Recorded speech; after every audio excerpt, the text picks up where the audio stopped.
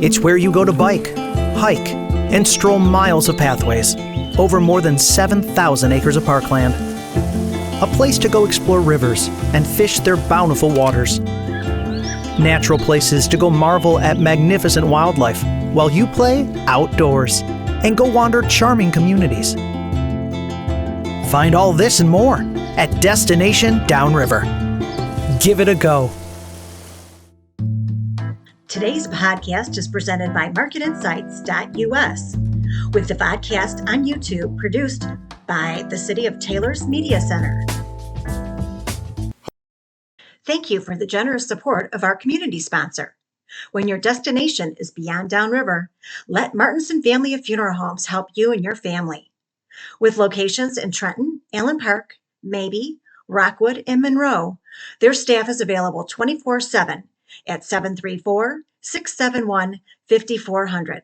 For more information, visit martinson.com. Thank you to our team sponsor, Allegra, Marketing, Print, and Design. Let Allegra assist you with your print, mail, design, and signs.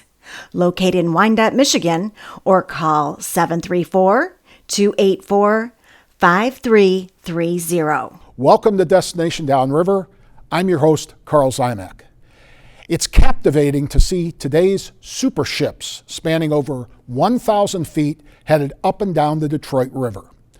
Downriver is the perfect place to view these behemoths from places like Dingle Park and Ecorse along East River Drive on Gros Isle or from Belanger Park in River Rouge.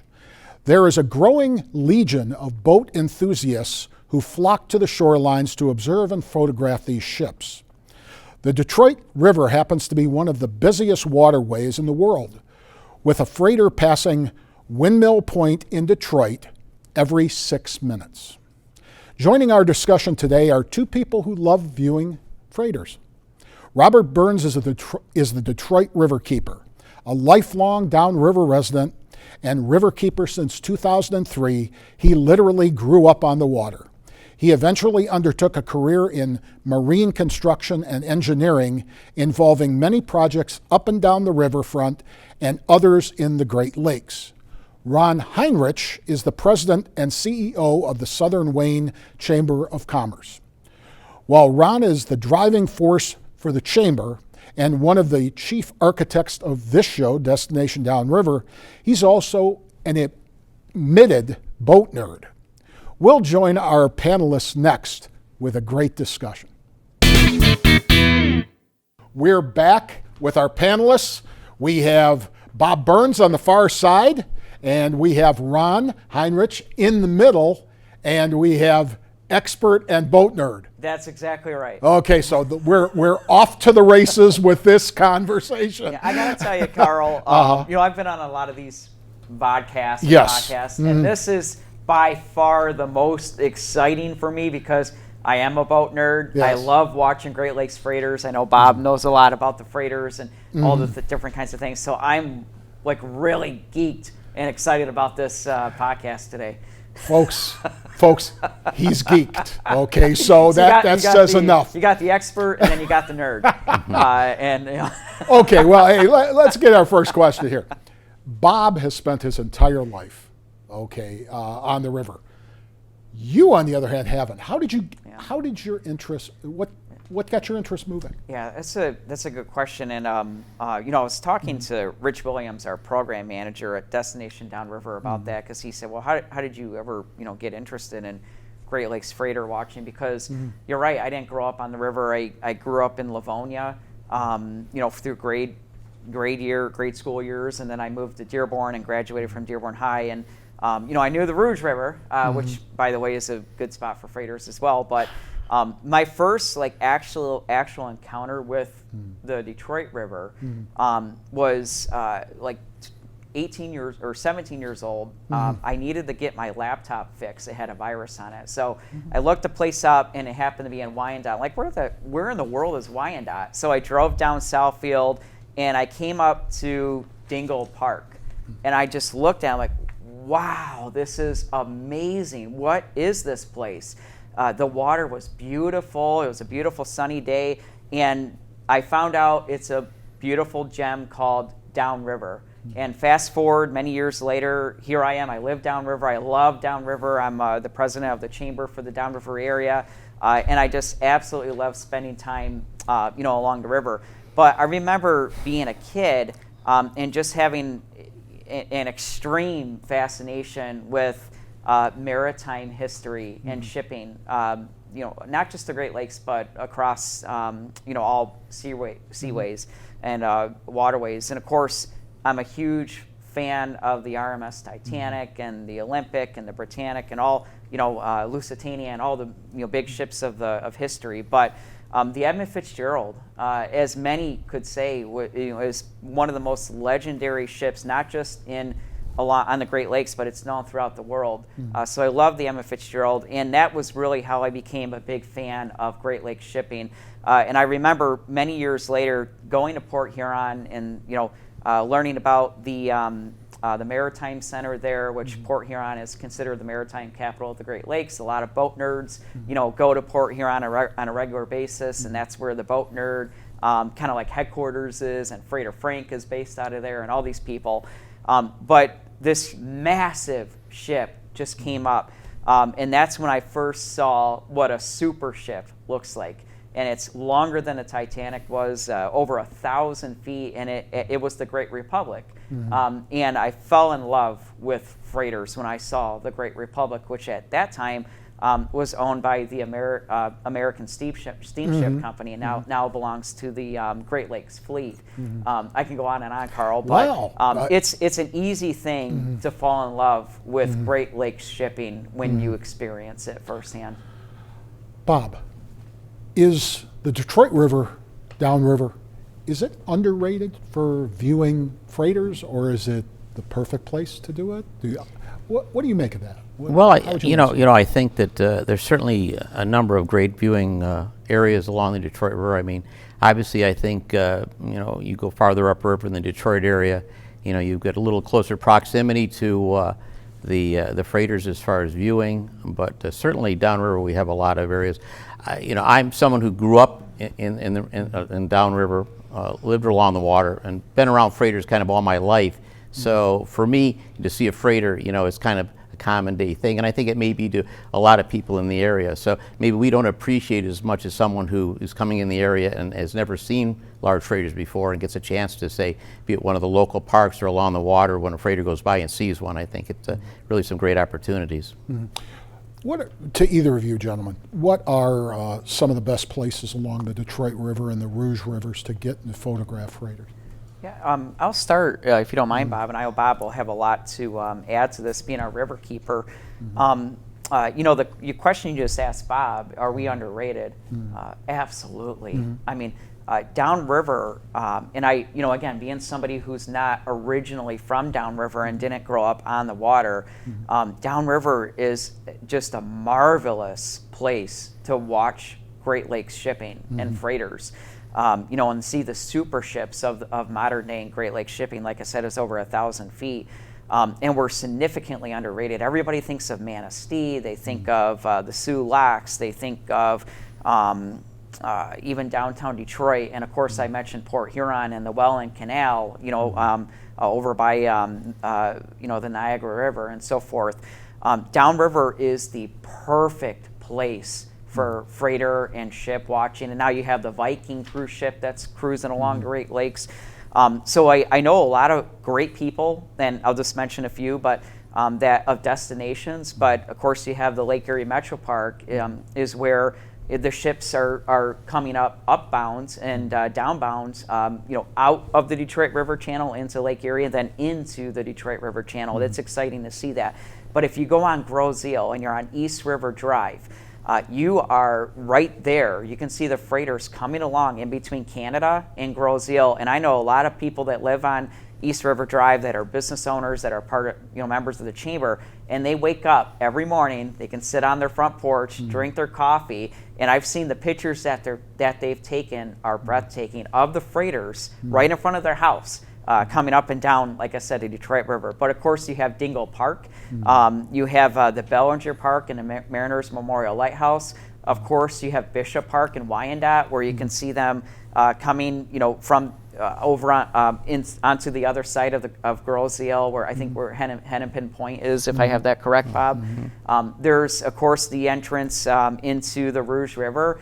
Tom Dalton from Under the Radar, Michigan, many people recognize that name. A few years ago, had the opportunity to go out on a kayak in the Rouge River here in the Downriver region with Riverside Kayak Connection, and you could see it on video. They're rowing in their kayak alongside, I think it was an Interlake steamship freighter, a massive freighter. You can go actually like on your kayak, look up at that thing, and there's nowhere else you can do that. At least not many places you can do that other than downriver. Wow, that is amazing. That was a mouthful. You got anything to add to that, Bob? Well, he's covered a lot, and again, in the Downriver area, and you were mentioning the Rouge River. They built a brand new park up there in the new 4th Street Bridge, which you can see the boats go by. And if you happen to have an app, and there's certainly plenty of those available to monitor shipping traffic, you can tell when boats are coming by and not, and there's nothing more interesting than to watch the bridge go up and a boat go through. So certainly, and like you say, there's great spots downriver. I've been fortunate over the years to live on the water and live on the Trenton side of the Trenton on Grosse Ile in the near the across from the McLouth area. And when I was a kid, got a chance to watch freighters come all the time to the steel mill, and they'd turn around in the basin there, and boats would back down. They'd turn the boats there and back them down. The Sylvania used to go down to Detroit Edison there and unload coal there. So, I mean, we are really fortunate to have really close proximities to see freighters in the area. And as Ron said, there's no better spot than along Grosse Ile there over on the east side there. You can see the freighters coming down through the channel and entering the Livingston, and they get all the way up to Detroit. And certainly there's a lot of great areas up in Detroit as well. For the two of you, your answer just begs this question. The catastrophe that happened in Baltimore with a freighter hitting a bridge, knocking it down, that kind of thing. I'm assuming that you guys followed that news story. What do we learn from that? Is boat traffic not as well regulated as it should be? How in the world does a freighter lose power? And there's an ongoing investigation with that scenario right now. I know that that was in the news last week about that investigation. I think that's the answer to that question is to be determined. Okay. I know that there's a lot of stories that are coming out of that certain situation. I think at the end of the day, it was a horrific tragedy. Just a couple of days ago, I read that they uncovered or they found the body of one of the construction workers. He was inside his truck, submerged in the water, and so obviously we'll find out more. We'll learn more as that investigation continues. However, I do believe that obviously we have outstanding officers out on the Great Lakes today. Here, and that's obviously that was a salty. Right. That was a ship that I can't remember where it came from. I think it was South America, and I don't remember exactly, but which is a little bit different than our lake freighters. Right. They're different styles. And I will tell you that you'll notice when you're watching the ships on the Great Lakes. Sorry to change the topic. No, that's okay. No, Continue. But you'll notice that there's salties, which are a lot of times international or foreign ships that come from other countries, and they're going across the oceans and they enter through the St. Lawrence Seaway. Those tend to be much taller ships than the Great Lake freighters, and they're kind of like they're in terms of their length, they're not as long as the lake freighters typically. The lake freighters tend to be not as high or as tall as the salties, we call them, but they tend to be longer ships. As I mentioned, everybody knows the Emmett Fitzgerald, which I think was somewhere around 700 feet. I don't have the stats in front of me, but you see these super ships today that are lake freighters that are, like I said, well over 1,000 feet. So it's interesting as somebody who likes to watch freighters, you can tell that, hey, that's a ship that goes on the ocean. That's an ocean, going ship, and we call them a salty. And then you can tell what the lake freighters are, and those are, like I said, are usually the longer, shorter ones. Bob, if somebody's just getting into this and is intrigued by this discussion and wants to go out and observe freighters. Any tips? Well, I think if you're a novice freighter enthusiast and you're looking to go out, I think number one, you want to know when the freighters are moving up and down the river. So there's plenty of apps that are available. They'll give you the time frames on when they're coming by. You want to pick a location where you're going to have a good view of the freighter. You're probably going to want to have a pair of binoculars and obviously a camera if you like to take photographs. If you're a real enthusiast, if you had a portable ship-to-shore radio and you know which channels to monitor, you could listen to some of the conversations. Although I must say, much less conversations and things like that occur nowadays because, now we got such sophisticated navigation systems, and you have, telephones and cell phones and things like that. So you don't have as much conversation between captains or so. But there's certainly great opportunities. Find a nice spot, find some shade, bring a lawn chair, and maybe a lunch, and sit out and watch the freighters go by. It's a great, enjoyable thing to do as a recreational activity and educational as well. And there's plenty of publications out there that have hand and guidebooks that they'll tell you what the freighters are, what line they work for, give you the history, give you a lot of statistics on it, so you can kind of build a knowledge of the different ships. I did want to touch on, you were talking earlier about things that why we have mishaps in the area, and I can speak for my experience of what I've seen. I think my memory goes back quite a ways, but I remember when the Montrose, which is a British registered ship, cargo ship, came in, and it ran into a barge just under the Ambassador Bridge and sunk in 1962. And I can remember going up the river in our old wooden cruiser and actually going by it and taking a look at it. And we've had a number of mishaps in the river. We had one back in 2020 here where a freighter ship was going down the Livingston Channel and lost power and actually got caught in what we call the hole in the wall that's across from Grosse Ile and spun sideways and blocked the channel. I can remember when the McKeeson, which was a converted freighter with a tugboat, was going down to turn around and park at Edison, and it got caught sideways in the current and got pushed up out of the deep water and up against the shallow water. There was a ship that was up in Anchorage up by Belle Isle a year or so ago that lost anchorage and ran aground up there right in front of Detroit there. That if you wanted to be a freighter watcher that day, you could have been on the Detroit Riverfront Conservancy and been within a few yards of the bottom of that ship when it came in. Amazing. So but most of those mishaps are a lot of them nowadays are mechanically created as opposed to navigation issues because we just become so much more sophisticated now with the equipment that ships have from what they had years ago, and certainly back in the days when they were under steam power and sailing. So there's more of those type of things, and I think that's what they're going to find that happened with the ship in Baltimore, that it was a mechanical issue that caused it to lose control. And I'll just add, Carl, the ship that Bob just mentioned that was over by Belle Isle, the Mark W. Barker. It's a beautiful, brand new ship. It was actually last year was its first season. It was launched, and it's owned by the largest shipping company on the Great Lakes, the Interlake Steamship Company. And Mark Barker, I think, is either the president or the chairman of the company. That it was interesting because that was very, very early in its career, and it had run aground. So a lot of people were able to see this beautiful, brand new, massive freighter up close because it was right there on Belle Isle. That was quite an experience.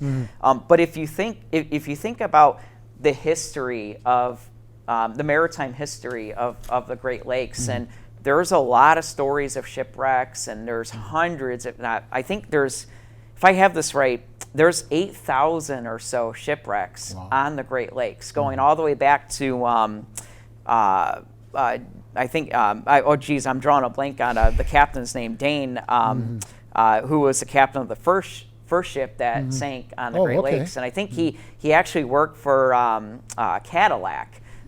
When they were originally exploring Michigan or the territory and the Great Lakes area, but if you think about the 8,000 or so shipwrecks on the Great Lakes, things are a lot different today. It's a lot safer to be sailing on the Great Lakes because of modern technology and things like that.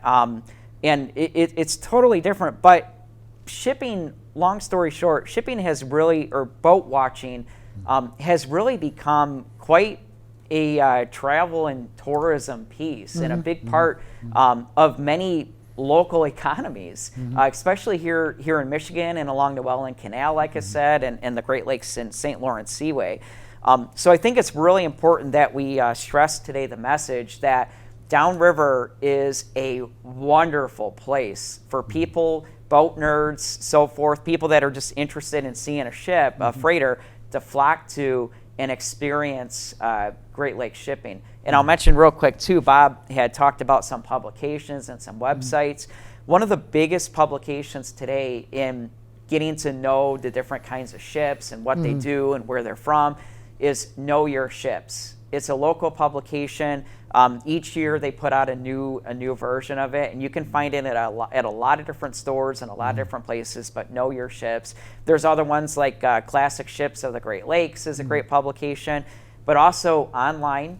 There's a great website called boatnerd.com. And as Bob mentioned, there's an AIS system that you can look at, and you can see when the ships are coming, where they're coming from, what their last port of call was, what their destination is, their estimated time of arrival, exactly where they are at that moment, and when they're going to be coming through the Downriver area. You can see all that through the AIS system, and it's on, as I said, a website called boatnerd.com. Anybody could access that, and you can plan your trip, based on the ship that you want to see. Okay, so since we're on Destination Downriver, okay, and since you two have perused not the Great Lakes, but the Detroit River here, okay, as far as freighters go, if you were traveling for a weekend of freighter watching, okay, where would you go? Where would you stay? Where would you eat?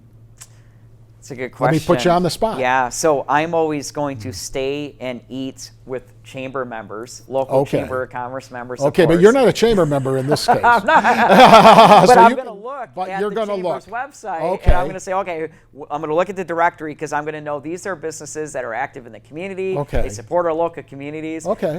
So, we have a lot of brand new hotels actually in the area that are popping up in Taylor and in Southgate. Absolutely. I can think of a couple that would be great places to stay. So, obviously I'd stay there, but when it comes to places to eat and visit, of course, downtown Trenton, downtown Wyandotte, there's a lot of great places to visit and eat, and local restaurants to go to, like you got a great new restaurant down in Gibraltar, right on the water where you can you can sit JP's marina. waterfront.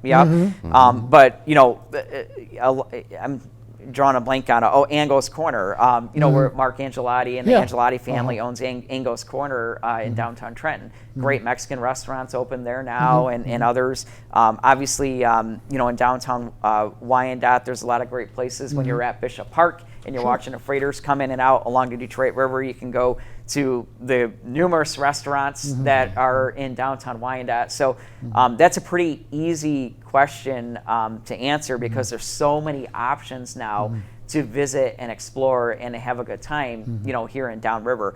But where would you go to see the ships? I think we covered that a little bit earlier, but I would explore all of them. I'd go to Lake Erie Metro Park. I would go to Groseal. I'd go to Bellinger Park. I'd go to Bishop Park. I'm going to go to the Rouge River. And Bob was talking about the new park that was built, along the Rouge River.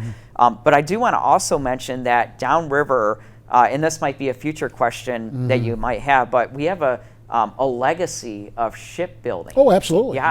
Here in the Downriver region. Sure. I can tell you, Joe Gruber texted me a little while ago. Joe's the economic development director for the city of Wyandotte. And he texted me, he said, between 1871 and 1922, the Wyandotte shipyard built 200 vessels, over 77 of which were for the World War I efforts. Wow. That's awesome. Yeah, and then Trenton had a historic shipyard that is very well known. There's a plaque that's been put up there over on West Road and I think Riverside. And then, of course, River Rouge, probably the most famous, because you think about the most famous ship that ever sailed the Great Lakes would have been, or is, the Edmund Fitzgerald. Yeah, okay. The Edmund Fitzgerald was built in River Rouge, and Bob knows that. It was built the year after I was born in '58. 1958. And there's footage of the Edmund Fitzgerald being launched. Right. Side Yes. Yeah. Yes. At the Great Lakes Works. Yeah. Right. At River Rouge. And I know Tom Dalton and Jim Edelman from Under the Radar, they have a copy of that footage. You can pull it up on YouTube. Oh, yeah. Yeah, Yeah. and it's amazing. And there's a story there about somebody who unfortunately had a heart attack because the ship was so massive. When it went down into the water, it scared everybody that was there Big watching wave it. came across. Oh, Big yeah. wave, yep. Yeah. You mentioned the ship works at Wyandotte. It actually is just where the Portofino's restaurant. That was one slip. There was two slips there, and the Columbia, which is the bobolo boat. There was two. The St. Clair. St. Clair was built in Toledo, but the hull of the Columbia was built in that shipyard in early 1900s, and then it was towed up once they built the hull and launched it. It was towed up to Detroit to get fitted out. So a lot of history in that as well. Yep. And I'll just mention too, real quick, that talking about destinations and things to do. Sure. Again, Trenton, Wyandotte, River Rouge. All the riverfront communities, Riverview. Business is booming, Carl. You know this from being downriver. A lot of new small businesses. As a matter of fact, growth is happening so quickly that the city of Trenton just hired a new downtown development authority director because the downtown is growing massively. Rivertown Tavern, and then obviously we're talking about some of the restaurants like Frank's Pizza, which is a long time well-known tradition in downtown Wyandotte, and the Vault, an award-winning steakhouse. You have District 142. That's the new entertainment concert hall in downtown Wyandotte. Whiskey's on the Water. I mean, the list goes on and on about how many amazing local downriver eateries, are popping up and really just booming throughout the region. And so you can watch the freighters, you can eat, you can stay, have a good time, be entertained, and spend a week or two or a lifetime here in Destination Downriver. Before we sign off, interesting discussion. Before we came on the air, you had mentioned the Titanic and how you had been thinking about that. While we're recently. filming, this is it's last week was the 112th anniversary of the tragedy of the Titanic. Right. Yeah. Now that sinking led to a billion different changes. Yeah. Okay. Yeah. But let's compare some things. How big was that boat, which is still looked at as somewhat iconic compared to your typical Great Lakes freighter? So the Titanic, the RMS Titanic, was 882.5 feet long. Okay. And in 1912, it was the largest moving object on the face of the earth. Okay. Nobody had ever seen anything like it. Today, the Edmund Fitzgerald was, again, I should look this up, but it was somewhere around 700 feet, so not quite as long as the Titanic. Today's super ships on the Great Lakes are over 1,000 feet. Wow, that's stunning. Yeah, the Paul, well, again, drawing a blank, you got me on the spot, but the longest ship is owned by the Interlake Steamship Company. It's going to come to me as soon as I'm done talking. Well, it's okay. That's how it always works. You look like you're ready. I'll give you a story. Like I say, and again, through my progression of living on the river, one of the things that I was able to do, and it's kind of ironic, but just being in the right place at the right time. But when I was in junior high school, our high school was right on East River, which looked out over the water. And summer of 1972, the first 1,000-foot freighter that was built, the Stuart J. Court. It was actually, parts of it were built down in Pascagoula, Mississippi, and I just didn't realize this, but they built the bow and the stern, and they tacked it together, and it was 180 foot long. Wow! And then they sailed it up like that all the way up into the lake, and it was finished up in Erie, Pennsylvania, where they added the middle section and made it 1,000 foot. The Titanic, I think, was probably 40-some thousand ton, about 900 feet. The Court was 1,000 feet long and 58,000 ton. Yep. Oh my. Now, in perspective of the super ships we have today, and even some of the big cruise ships, you know, they're pushing 100, 150, 200, 1,000 ton. I mean, they're monstrous. It's amazing. But we were lucky. So we actually in junior high school. We sat out on the front lawn. We're allowed to get out of school and sit there for 2 hours and finally wait for the court to go by. And it sailed. It was sailing up from where it was built and heading up north to start delivering iron ore and taconite. Wow. And the core is like, it's one of those kind of weird looking ships. It's a little bit different. Yeah, than the it others. actually had the wheelhouse in the bow like the older ships do. Yep, You know, up in most the- of the bigger ships on the bow. now have the wheelhouses in the stern. Yep. And it came to me, Karl, as Bob was talking. So it's the Paula Tregurtha Yeah. is Okay. 1,013 and a half feet. Okay. And that is today the queen of the lakes. It's the largest okay. freighter on the Great Lakes. And when you see it up close, I mean, it's beautiful red, owned by the Interlake Steamship Company, which is based out of Cleveland.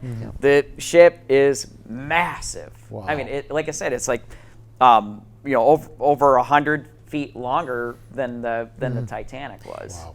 And these 1,000-footers will never leave the Great Lakes because the locks in the Welland Canal and the St. Lawrence Seaway system are only around 80-some feet wide, and they're 105 feet.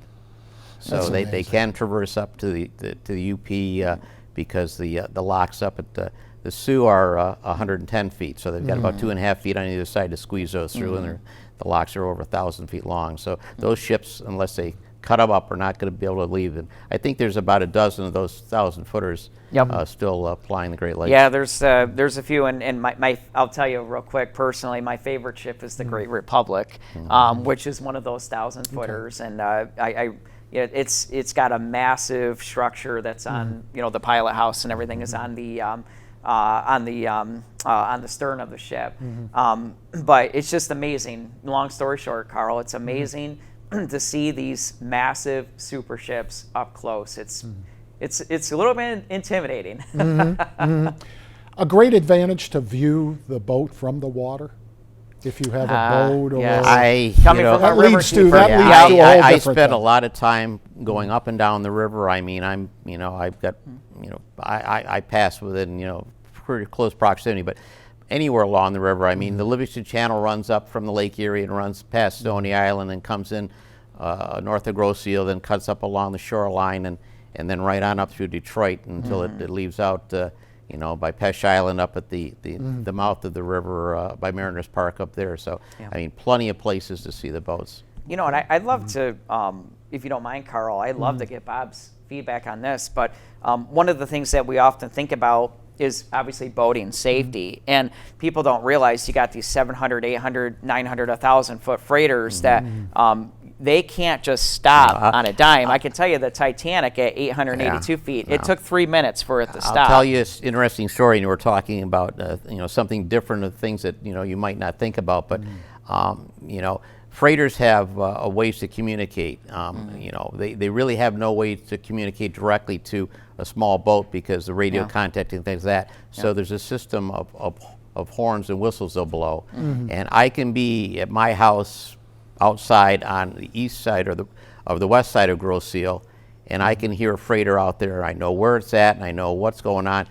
If you hear 5 short blasts in sequence, that's that freighter telling someone to get out of the way. And at this time of year, I hear it all the time because of all the walleye fishermen out there. Gotcha. They're fishing around the area. So I know that I can hear wherever I hear that. I say, well, he's coming out of the Livingston, or he's trying to approach the because there's areas where people fish. So, like I say, freighters, they don't.